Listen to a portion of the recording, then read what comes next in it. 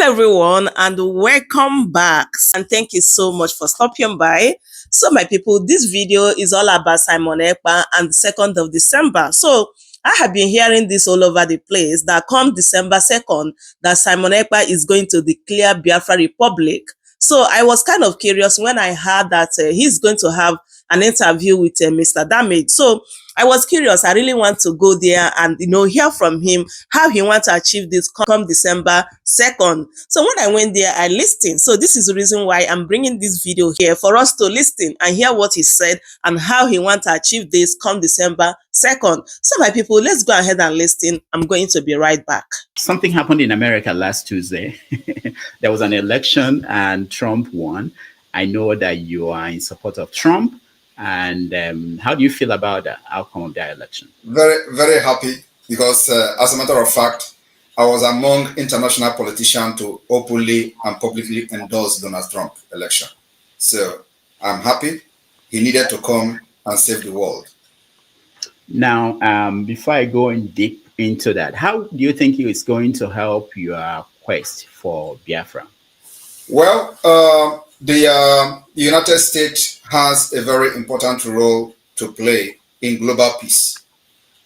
And what Biafra is doing today is to bring peace and restore stability in Sahel region.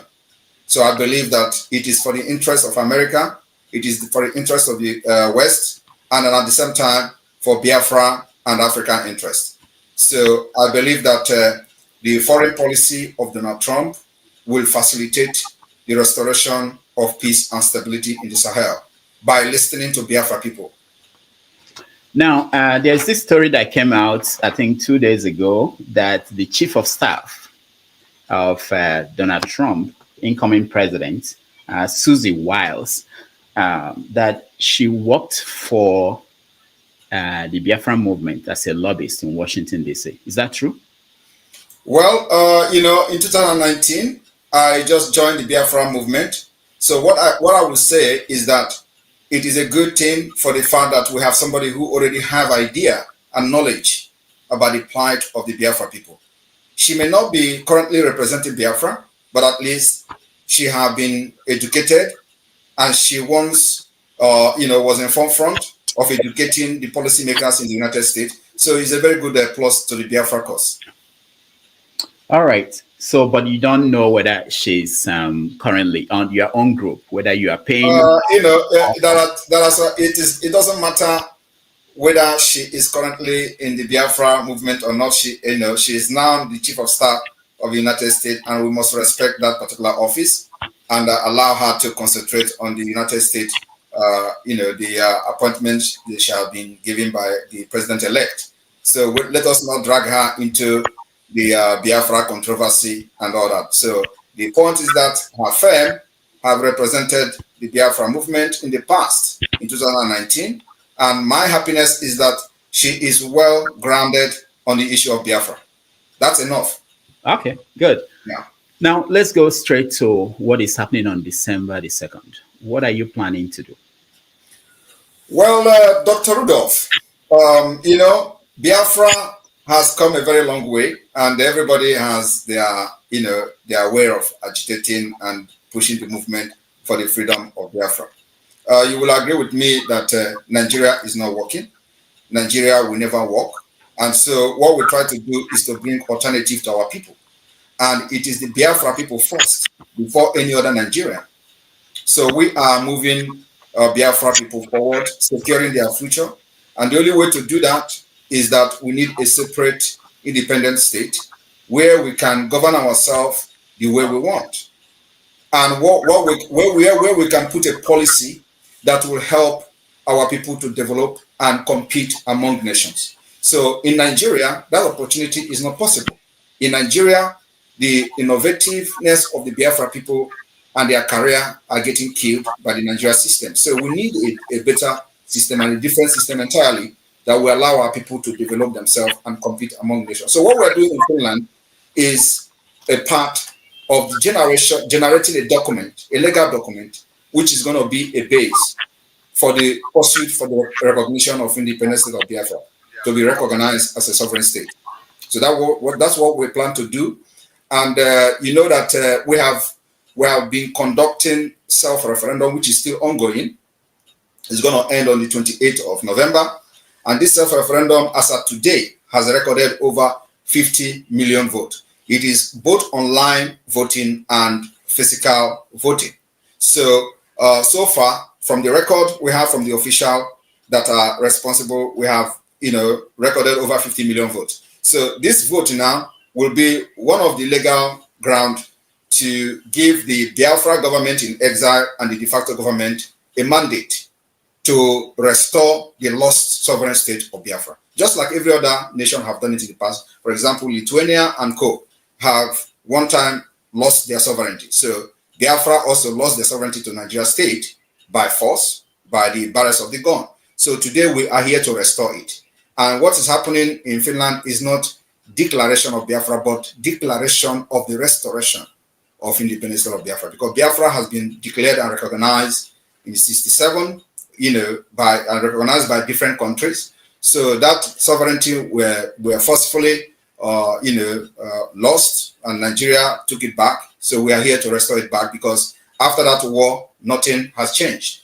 Actually, the reason for the war has escalated, and the issue and the cases are completely different today, worse than what it were before the war. Okay. Referendum. You said the results are showing. What are the results? What are they showing? How many? Like I said, it is not yet conclusive. They've not opened the envelope. But we know from the record that it is over 50 million.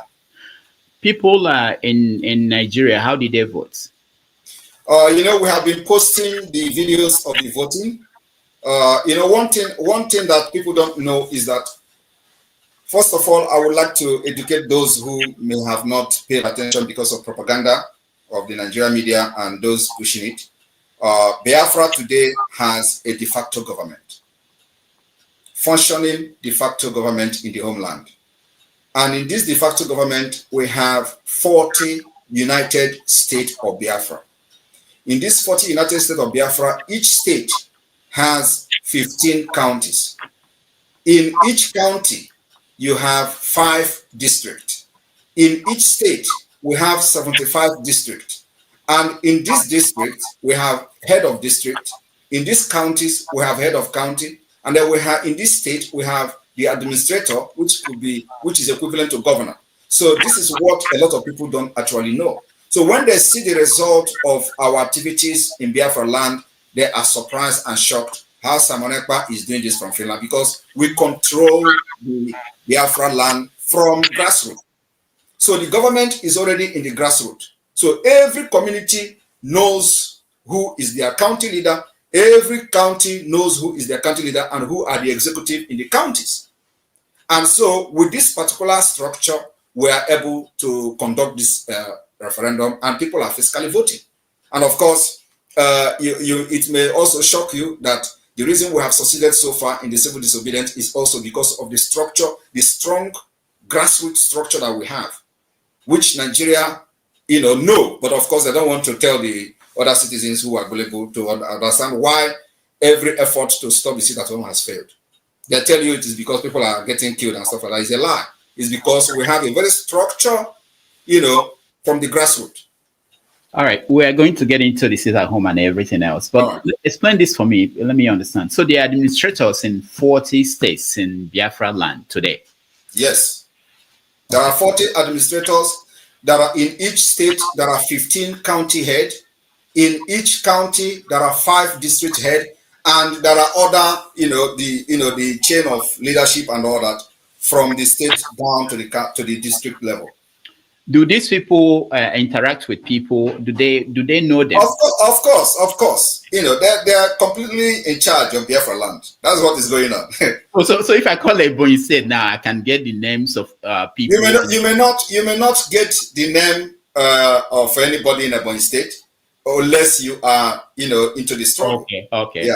Okay. So what about people who are not into the struggle? How did they vote? Well, those who are not into the struggle are not necessarily going to vote. These are the people, the few percentage of the people making noise on social media. But those who are in the struggle are voting massively.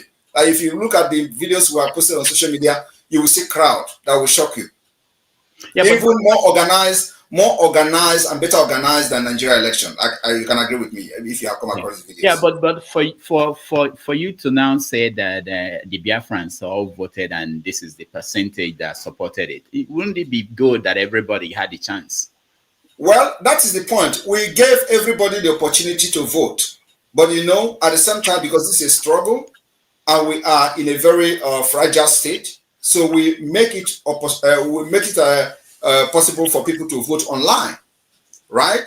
And then in a struggle like this, you have to also be very security conscious, considering the fact that Nigeria is a terrorist state that kills people who agitate and do protest. So we don't want to endanger the life of our people, you know, by trying to prove that everybody have to participate. Everybody must not participate. Even in the Nigerian general election, not everybody voted, and somebody is still a president. So we don't need to prove, you know, everybody that Biafra have participated. Those who believe in Biafra should participate, and they participated, and they are still participating because the vote is still ongoing to the 28th of November. What about people abroad? You mean in New York here, there are people? Yes, everybody is voting online. Those of Biafrans abroad are voting online. And we created a voting system using the Google platform. And you have a way of verifying that these people voting there. Yes, we verify, and of course, you know, like those who want to dispute, you know, who want to argue, we give them opportunity to conduct their own referendum on behalf of Biafra people. All right, this is interesting. Now let's also look at another thing. You have a new constitution that just came up. Yes. How was it? Who wrote the constitution? How did the constitution was drafted by the representative from the entire 40 states of Biafra. So we have people, every state volunteered the people to participate in writing the constitution. And that is some of the problem or the confusion that people don't actually understand. Everybody must not be part of the constitution at this point, but those who believe in the struggle presented and volunteered to be part of the struggle, part of the constitution. And so that's how we arrive at the constitution that is still open for amendment. You know, constitution is never complete. So you have the names of the people that drafted it. Do we know? Yeah, we have the names of the people that drafted the constitution. And then also, is it public? Listen. It is not only the constitution, as a matter of fact. We have what we call the Declaration Drafting Committee. The Declaration Drafting Committee also cut across board from all states, people volunteered to be part of the drafting committee. So that you bring your idea. Of course, not everybody's input will be taken, but it has to be somehow consolidated into the declaration. So the declaration itself is like a document where we have we try to bring in every idea, every grievances that Biafra people who are representing their different states brought into the committee. So we try to bring everything together, and there are different kind of grievances that we are on that ground. The declaration of the restoration of independence state of Biafra is happening in this December. So what we are doing is to carry everybody who believe in this Biafra government along. We don't need to go and drag people who don't believe in the government. So you have to, first of all, believe in the government, volunteer to be part of what we're doing, and you are welcome. So we are not discriminating anybody or pushing anybody away. So those who believe in what we are doing are part and parcel of it. Now, the states, back to the states. Did you go beyond, because I get a lot of comments about the Biafran. When I posted that you were coming, people wrote and were saying, remove us from this year Biafran talk. How did the states go? Is it the 5 eastern states that you broke into 40 different? No, sorry. This particular structure of 40 states has already been there. It is not my making. So what I did was to bring everybody who are involved in the Biafra struggle even before I came in. So I told them to bring in the structure that they have, and we start working on that. So it is every state brought in their state map. They brought in their state structure. It is not my making. So what I did was to harness the already made structure from the 1967 down to Owazirike Mosob, down to IPOB, and to what we're doing. And so we consolidated everything and make it to be more, organized structure as it is today. So it is not my making. It is the making of the people. Every state brought their structure, brought their county structure, brought their district structure, and that's why it is called, it's going to be the Confederated State of Biafra, because we're going to practice confederation, where these states who brought in their state structure are going to be on their own. So what about people who are saying they don't want to have anything to do with Biafra? That is part of life, and it's part of democracy. Even in Nigeria, when Nigeria was fighting for independence, North didn't want to go to be independent, right? But today they are the one who enjoy it most. So we are not bothered about those who say they don't want to be part of Biafra. They are just a few individuals, just like 1% or even 0.0% of people hijack Nigeria and impoverish everybody today. So those people saying they don't want to be part of Biafra, are they enjoying the killings in Nigeria? The answer is no. So we don't actually care about what they say. That's why we have gone this far. Because few people cannot hold everybody hostage. Mm.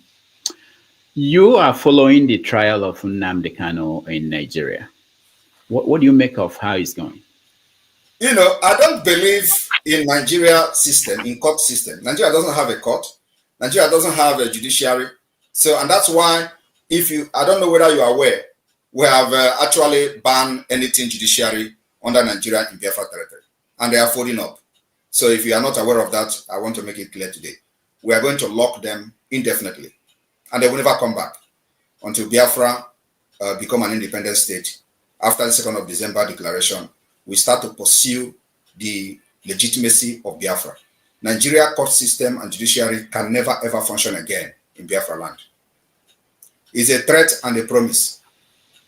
How is that going to happen? How are you going to do it? It is already happening. Are you not seeing them folding up?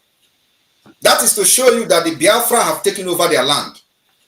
Our plan is to delegitimize Nigeria from the Biafra territory, little by little, step by step, stage by stage, and that is happening. So the judiciary is the next, because judiciary in Nigeria has contributed to the entire anarchy you see today. The insecurity you see today is the judiciary. The instability you see today is the judiciary. The banditry, terrorism you see today is the judiciary. They have not done anything that will bring justice, fairness, and equity. So we don't need those kind of systems in our land. So, and if you're asking me how we're going to do that, we're already doing it. You see, they are folding up.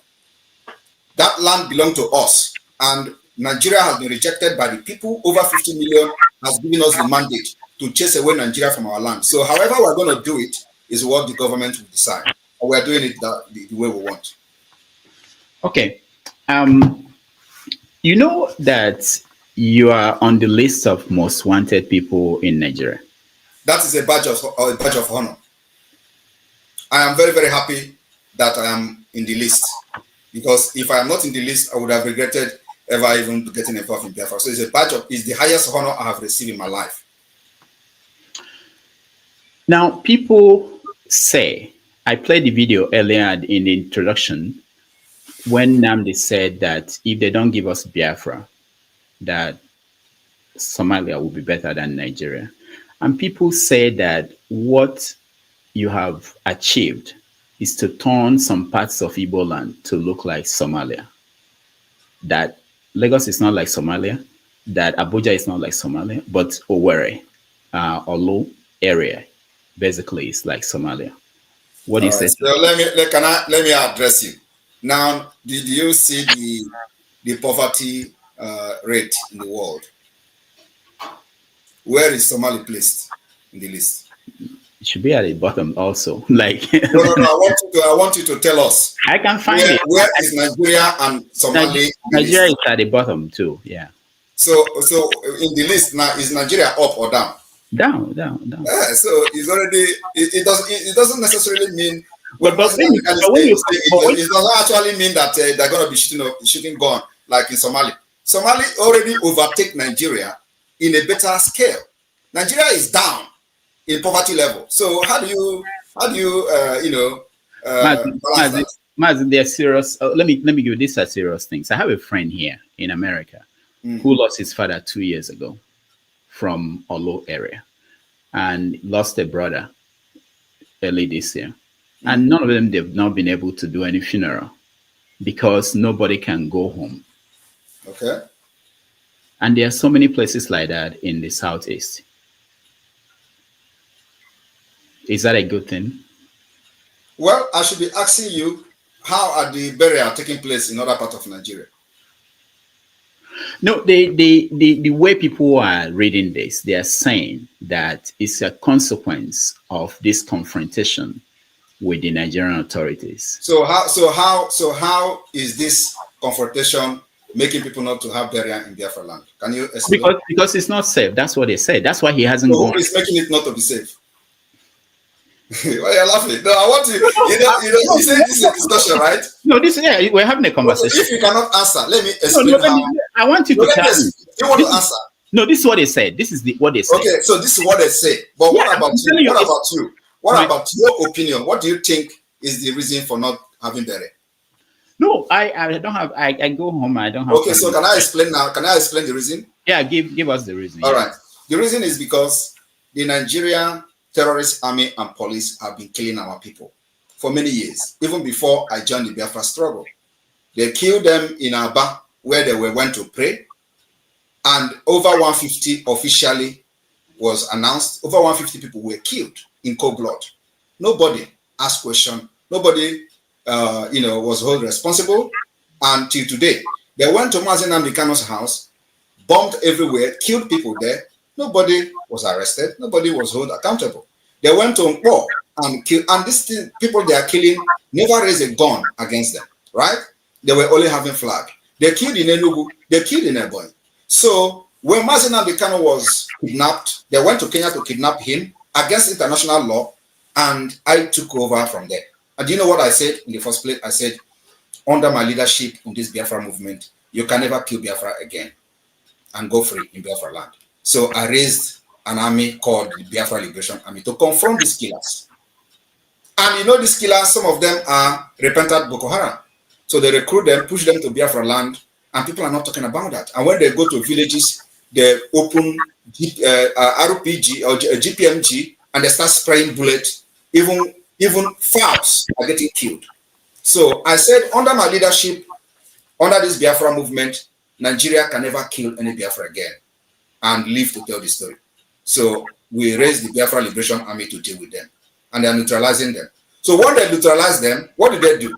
They will come after the villagers. And let me tell you, is that the kind of country you want to be proud of, where you have people carrying guns, defending their land, and instead of them to go after those people that are defending the land, they will go against innocent people?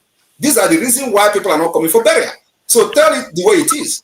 So, and it is not my fault. It is not my fault. It is not the fault of Biafra. It is the fault of the Nigerian terrorist army, who cannot confront the Biafra Liberation Army, but confront innocent people. And why they are doing it is so that we will lay down our guns. And that's not going to happen. Yeah, that's what I wanted to ask you, that knowing that this is how they operate, if we believe the story you just told, this is how they operate. The question is the best thing to continue to have them kill villagers, if we believe this story? We are neutral. Believe me, there is no any other better way. This is the best way. If you have any other better way, tell me. The better way is what we are doing now is the better way. When they come to kill our people, we kill them first. And if they come, we will resist them as much as we can. And let me tell you, it will continue like that until none of them will be in Biafra land. It is called attrition. War of attrition. The chief of army staff said that what they are fighting is called the jungle warfare and asymmetric warfare. No, I am not fighting asymmetric warfare with them. I am defending Biafra people, and what we have actually declared now is war of attrition. Go and Google it. It is, you are going to be fighting until nobody is remaining, and it is not going to be on our side. They are running away. You know the kind of atrocities people have committed in our land? Is that how to run a government? A government that will come and you don't go after people carrying arms, which you invited with your actions and atrocities. You go after on armed innocent women and children. Is that the kind of government you want to support? So What we are doing now is what we are going to do. And like I said, they should go and Google war of attrition. We will fight this war with them until we know who is going to give up. When I interviewed Nnamdi Kanu in 2019, I asked him, how many people have you lost? The question was how many? He said thousands. Let me ask you the same question. Since this started, how many soldiers, let me use the word, the Biafran, your own soldiers, have you lost? If we lost people, you see them on social media. Now they are posting some of the people they are claiming to be. We don't lost soldiers. I have to be very sincere with you. We don't lost soldiers. They know it. Let me tell you, we are fighting a very different war with Nigeria terrorist state. And they are confessing. Have you ever, in the history of Nigeria, have you ever, even during the war, it was only during the war, actually, that the issue of Biafra was discussed at the National Assembly, and the entire security chief are crying. We are training, I have a military experience. We are training the Biafra fighters, and they are engaging Nigeria in a very systematic war that they have never fought before. And you see, I didn't say it. You can hear it from the horse's mouth. Musa have cried several times. And let me tell you, if they think that in self-defense is a crime, they should go and read international law. Because the point is that nomadic system have taken over and nobody is thinking correctly in Nigeria anymore. You come and kill people and expect them to defend themselves. We are defending ourselves. And like I said, if I have access to bomb today that will go to Aso Rock, I will first of all engage Aso Rock. But until then. How many people, not soldiers now, regular people have died? They should give you that report. They are the government now. They should give you how many people they have killed. Right? They are the one who killed the people. And all we do is to defend them. So they should tell us how many people, how many Biafra women and children have been killed. Because at least you have never heard in anywhere, in any news, that Biafra Liberation Army invaded a village and killed everybody there. Just like you see in the north and see in the other part of Nigeria. But the military are the one killing. We saw them how they kill people in the Onokoma community. They're born everywhere. Nobody is talking. So when they say that people kill soldier in Ukoma, nobody know what led to killing of the soldier in Ukoma. But you know what? Everybody was proudly saying, "Oh, the military will come and burn this." We don't want to be to be part of a such system where they will not go after criminals. They will come to where a crime was committed and they go after innocent people. That kind of system should be abolished. And that's what we are abolishing by pulling out Biafra from that Islamic terrorist state. The sit at home every Monday that you support, how has it been helping? The sit at home is has been very successful. What people don't know is that when we started the sit at home, because the point is that they don't know why. They don't know why we keyed into the sit at home very much. It is going to achieve or have actually achieved several things. One is that it crushes the economy of Nigeria. Nigeria. Wait, hold on. Nigeria, I'm telling you, Nigeria. Yes. Nigeria. Not Eastern Nigeria, Nigeria. If you know the point, if you listen to Akpabio as dumb as he is, he said that the sit at home is affecting everybody in Nigeria. And nobody is paying attention to that. They have lied and used propaganda to say, "Oh, it's the economy in the East." What have the economy in the East done for over 50 years? Nothing. Now, let me explain. I'm still explaining the sit at home. Now, it crushes the economy of Nigeria. Two, we are delegitimizing Nigeria government from Biafra land because it is one of the ways to prove that they have no control over the people. Three, they have also that sit at home that demonstrated that they have lost legitimacy over the Biafra people. You don't know what is happening. So you are very close to Sowore. You should ask Sowore, why did he say that the Southeast has, systematically left Nigeria? It is because of the sit at home, because they have lost control over the people and they're listening to only Biafra government. It's a pathway to our freedom. And now we are, and let me also explain to you that we are using four different mechanisms and different approach to fight this freedom, which has never been done in the past. One is the political approach. Two is the diplomatic approach. Three is the armed struggle self-defense approach. And four is the civil disobedience, which sit at home is part of it. So these four different mechanisms is what we're using to delegitimize and fight Nigeria to our freedom. And it's working perfectly. The local women who cannot go to the market, the students who cannot go to school, the workers who cannot go to their offices, the businesses that are leaving the East to move to other places. Who is paying the price for that? They have a better business ahead of them. They have a better, the students have a better school to attend in future. What we are doing is a price they have to pay. It's a price for freedom. Freedom does not come free of charge. So we understand this, all this nonsense Nigeria is saying. Nigeria will tell you, oh, your business is being destroyed, oh, your school. Ask yourself, those people that went to school for over 50 years ago, what have they done with education? Nothing. So we are going to bring alternative education that will work for them. So they have to pay the price of not going to school if they have to not go at this point. And those who don't go to market have to also pay the price of not going to market. Because I believe they will not prefer to have a bomb being thrown in every market every day. Because it's happening in somewhere else in order to get freedom. So we are not going to that particular fight or defense at this point. At least nobody is even though they are throwing bomb in Imo State. I don't know whether you're aware of that. They are bombing and all that. We are fighting them with our anti-aircraft. Even though our anti-aircraft may not be the modern, sophisticated anti-aircraft, but it is doing something. At least they don't fly 10 minutes, more than 10 minutes, and they will run away. So these people that are complaining about school, they should give us a break. It is the price that these people have to pay.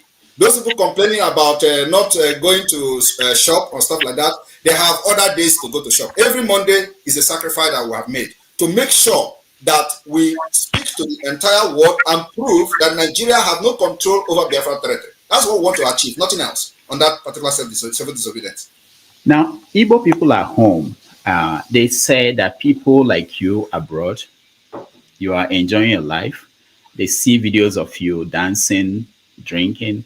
They say, why is it that they are the ones paying the price? People in Lagos, people in Abuja, Igbo people, they are not. There should be more worried that I left those particular enjoyment that I'm doing, including going to club that I used to go, including all the enjoyment I used to travel everywhere. I'm not doing that anymore for them. So they should be more concerned that why should I live all this life I was living? Why should I not just enjoy myself? Because I have conscience. I have come to this country not by my power, but God brought me here so that I will live and bring something back home. And I don't want to bring politics back home. I don't want to bring anything. I want to bring freedom back home. Because many people travel abroad and all they do is that, I want to bring something back home. Ask them, what do you want to bring back home in Nigeria? How many Nigerians have traveled abroad, studied, become PhD professor, they went back home? What has been their contribution in Nigeria system? Nothing. If you go there, the Nigeria kills you. The system kills you. You can never, even if you are a saint, once you go to Nigeria, you get corrupt. So I did not come here to learn politics, to learn something to bring back to Nigeria so that Nigeria will corrupt me. I decided to bring freedom to my people because that's what they need most. When you see Nnamdi Kanu appear in court and say that he would like the sit at home to end, do you ignore that, or do you? I ignore that. Why? Because he's not a free man. So what will it make you believe what he's saying? He just played his voice when he was a free man talking with you. So what you heard in the court, does it sound the same? I will listen to him when he becomes a free man. I'm not only a free man, no, he has to come to Finland and sit one-on-one with me before I can listen to him. That is my condition. Because the reason why he is being incarcerated today is because of what I'm doing. It's because of the Biafra. So he cannot be captured because I know the reason they captured him is to end Biafra, and then you expect me to dance to their tune. It's not possible. Even if they bring him out today and he stay in Nigeria there and say, Simon Ekpa, stop, I'm not going to stop. So are you planning to go back to Nigeria? People say that... I don't go to Nigeria, I go to Biafra. Yeah, but you're planning to go to Biafra? Of course, I will go to Biafra. I will go to Biafra. Why am I fighting? I will go to Biafra to be part of building a system that will work for everybody. When? When Biafra is recognized. By international community, by UN and all other... Now, if an American official who is sympathetic to your cause, the Referendum issue, hear you speak, do you think that they will be inclined to openly come out and say we support people? They don't need to openly come out. They should. Most of them have had meeting one-on-one with them. and the way I talk with them is differently from the way I talk here. So they listen to me and they buy the idea of Biafra. How do you talk with them? I talk with them presidentially. Because yeah, of course, when I'm here, that I'm talking with my people. When I talk with them, I talk differently. So and when I talk with them, I present Biafra as a solution, which is the way it is. I present Biafra as a solution to restore peace and stability. That is the only way to restore peace, because what you see today, the Islamic movement happening today from the Sahel down to the entire Nigeria region, interest is tied to Biafra territory. Now, not beyond the way you talk to them, what about what you do? Like things you celebrate on your social media? It's my personal life, because I'm. No. I don't mean dancing. I mean, okay, things like when there are military officers killed. Are you not seeing military officers killed in Ukraine being posted by Israel, or the terrorists killed in Gaza being posted by Israel defense? So you think it's okay? It's okay. That is the only way to show the enemy that you are dealing with them. All right. At this point, let's take a break. We'll come back. When we come back, I'll play some videos, get your reaction to the videos, and then we are going to invite people who are watching to join us in this conversation with the Prime Minister of Biafra Republic. Don't that bother you? I will tell you personally, I've lost people who died because they couldn't get to the hospital on a Monday. What about other days? How many people died for not paying? We don't know. That's a fact. We don't know. So let me tell you one thing. You see, I don't blame our hero Ojukwu for such a comment. Can imagine where somebody fought the war for 3 years and at the end of the day lose the war. So you don't expect the person to come and start fighting from exile, right? Is it exile that is going to win? No. But if you look at history, it has always been, this race for freedom has always been like a relay race. So Ojukwu has laid the background of which every one of us are building this temple today. And I am bringing that particular whole thing to a conclusive end. That's what I'm doing. So Ojukwu cannot, the exile Ojukwu went to is what we have actually activated today. So you don't expect him after, mistake, because a lot of mistakes were made. And you will agree with me that during the war, Ojukwu has no representative in the United States. All the representatives were just sell out. So Ojukwu don't actually know what was going on. He had nobody to educate the United States Congress or the United States government. He had nobody to put and educate them on the reason why Biafra should go. So Ojukwu don't have that representative. So we have it today. And one thing is that you are just emphasizing on Susie. You are happy that she was a lobbyist for the IPOB and all that. So it is part of the mistake that we identified and we want to solve it. Now, during the war, at a point, the United States was shifting ground to the Biafra side. And the Biafra leaders don't have knowledge about it. So if it's somebody that they have knowledge, that they have people representing them, they have good lobby. I don't even know whether they have lobby at all, they don't have. So you're assuming that they have lobby firm representing them in the United States, educating the policy makers, the Department of State, the US Congress and all that. I don't think Biafra, although that's how God wanted, I would not want to change the wish and the will of God. So God wants it to happen that way. And today we are using that particular foundation that was laid, that mistake that was made. And today everybody has seen that actually Ojukwu saw tomorrow. Because the thing he saw that Gowon didn't see have consumed his people today. Gowon today, after fighting Ojukwu and Biafra people, cannot even stay in Nigeria. He ran away to the United Kingdom. At age of 80 or 90, who does that? He should be proud to stay in his village where he killed Biafra, 3 million people through starvation to become one, for Nigeria to become one. But why is he running away? Because the country failed. That thing Ojukwu saw, because it was Biafra people that were paying the price in the northern Nigeria. Every given confrontation, Biafra people get killed. So today it is no longer Biafra people. Gowon people are getting killed. And today, many of them are living in IDP camps. So Gowon could not save his people. He ran away. So if he actually saw what Ojukwu saw today, I don't think he would lead Nigeria to war against Biafra. So what I'm trying to say is that Ojukwu did the right thing as somebody who fought for 3 years and lost the war. And we have learned from Ojukwu mistake. We have also learned from Wazirike mistake. In case you don't know what the mistake Wazirike made. The mistake of Wazirike was that when Wazirike was captured, just like Mazi Nnamdi Kanu was captured and kidnapped from Kenya, Wazirike was incarcerated. What did they do? They connived with all the commanders of Wazirike and brought them to the prison and said, you see, all the people that, all the hitmen, all the strong men you have are with us. And who did it? Andy Uba. Right? So from there, during Obasanjo time, from there, Wazirike gave up. He said he looked at all the people that he was fighting with, all the men he had his hope on. All of them came with Andy Uba, a politician, to the prison. So what can he do? He gave up. The same thing they want to do to Mazi Nnamdi Kanu. They capture him in Kenya, and all the commanders of the Eastern Security Network, they started killing them. I came to rescue them. That's actually what I did. So I saw those mistakes, and I built the tent and built the fence to make sure that it never repeats itself again. And so what did I do? I began to organize, bring in more organized and more structured movement.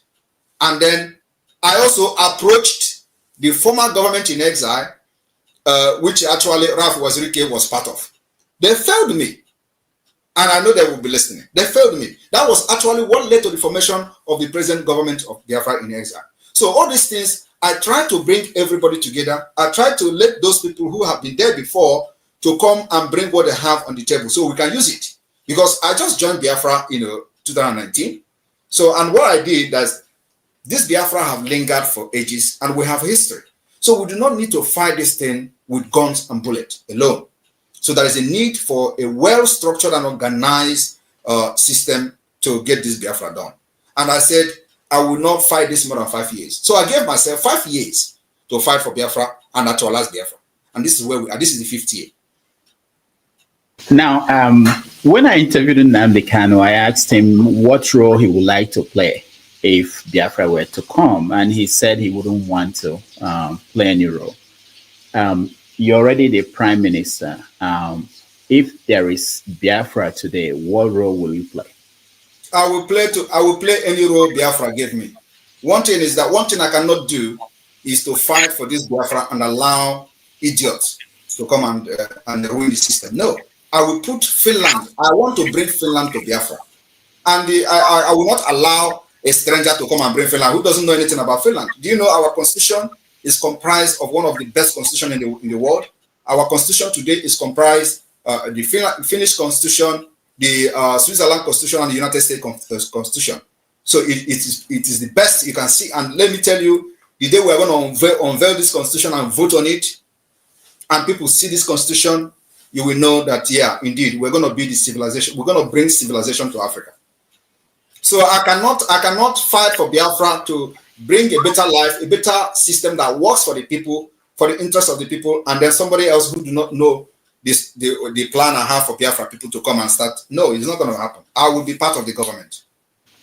So what role will Nnamdi Kanu play? Mazi Nnamdi Kanu have his own right to make a choice. So we cannot force him, but I believe that when he was making such comment, he don't know what we have done today. If he come out today and see what we have done, I believe he's going to have a change of mind. What is your role, your relationship with the IPOB that was the other faction? They are Biafrans. The only relationship I have with them is that they are Biafrans. And after Biafra become an independent state under the Biafra government in exile and de facto government, we will start a reconciliation process. You think you can reconcile with them? Why would they not? If they don't want to reconcile, they will go to exile. Yeah, but the government will give them opportunity for reconciliation. That's what makes us different. I'm not here for vindictive or to kill anybody or anything like that. I want the best interest of the Biafra people. So those who believe in freedom, actually believe in freedom, there will be open door for reconciliation. One more question before I bring in the audience, and that's a question about people in what we know today as Niger Delta, who are saying that they don't want to be part of this. How will you force them to be part of what They should first of all go and outnumber part of the 50 million people that voted for Biafra.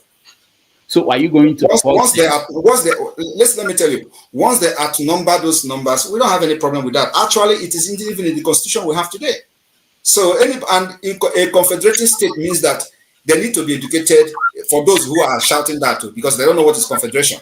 So they can still have whatever they want to have, do whatever they want to do in their state and all that, because they are completely free from everything we are doing. So if they feel that they can have a defense system that works for them, good for them. We can't do what Nigeria did to us to them. And let me tell you also that the issue of Niger Delta this, Niger Delta that is something that the Constitution of Biafra have actually addressed. So, and there is not going to be a better system than what we have today, this confederating state of Biafra, where they will have their choice and their right to do whatever they want to do, have their own constitution, have their own parliament, each state on their own. That is the best. And then our defense is the same, because we're going to have enemies that will surround us.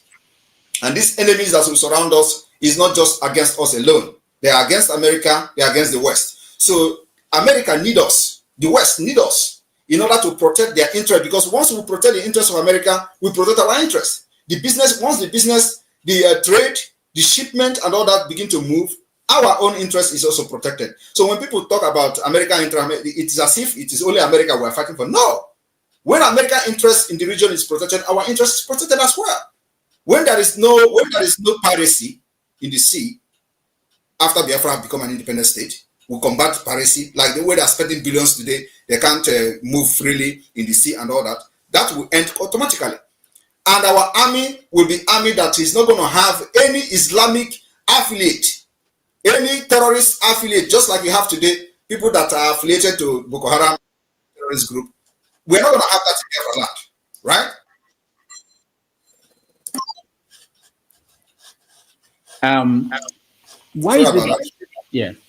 Why is it that the Nigerian government, despite their efforts to get you extradited, that they've not been successful to getting Finland to work with them? Finland doesn't work with a terrorist country. All right. And they will never work with terrorist country. That I can assure you here. But you know that they are making moves.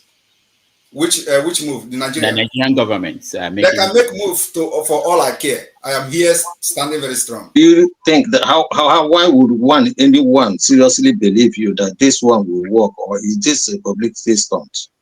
All right, so let me address you. First of all, I did not make myself prime minister. So Biafrans voted me, and you need to be part of the movement to know whether I was voted in or not. But I'm telling you now that I was voted in as a Biafra prime minister, and so you cannot be outside and want to know what is happening within the circle of the Biafra agitation. That's number one. So, like I said, I will be serving Biafra people in whichever position they give me. So that particular statement stands. Another thing is that you asked, how am I going to remove the military barrack? I have said we are at a war of attrition. So I will advise you to go to Google or to any search engine and check what is the war of attrition.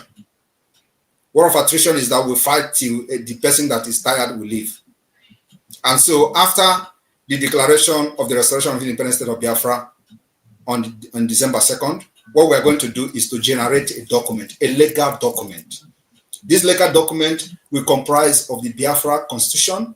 It will comprise of the announcement of the Biafra self-referendum.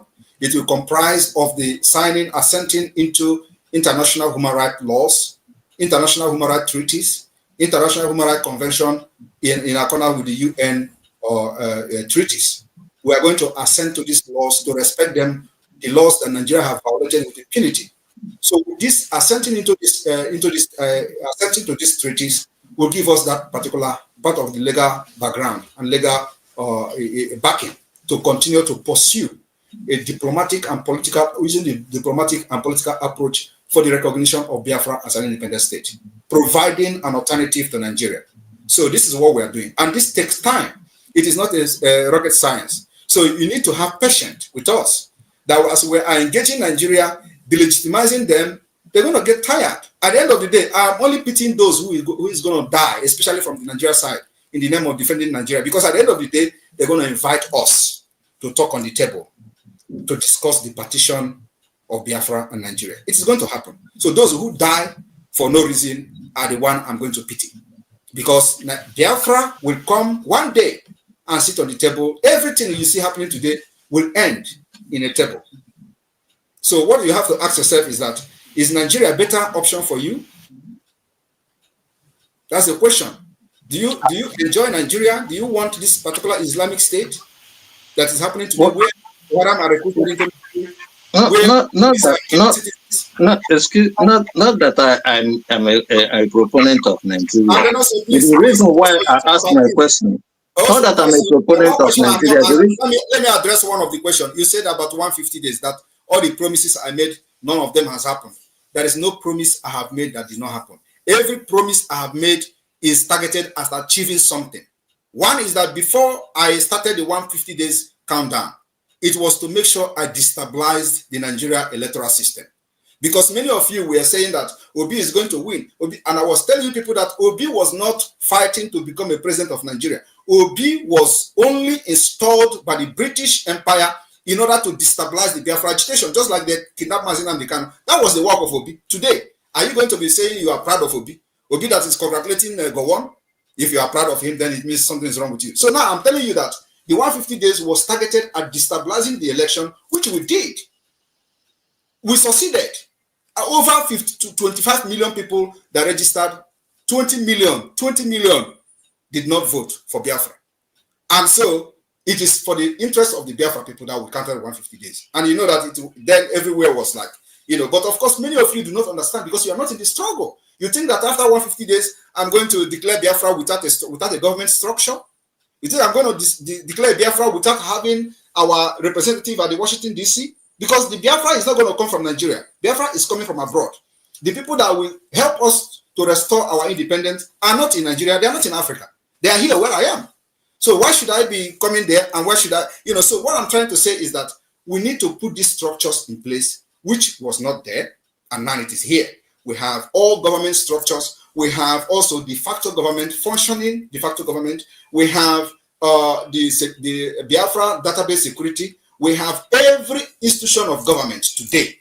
So when you are talking with people, you present them to know how serious you are. They will listen to you. And that's why the United States, that's why the Department of State are listening to us, because they have seen how serious we are. They have seen that we have become more organized than every other Biafra, not only Biafra, every other independent movement in the world. Nobody has done what we have done today.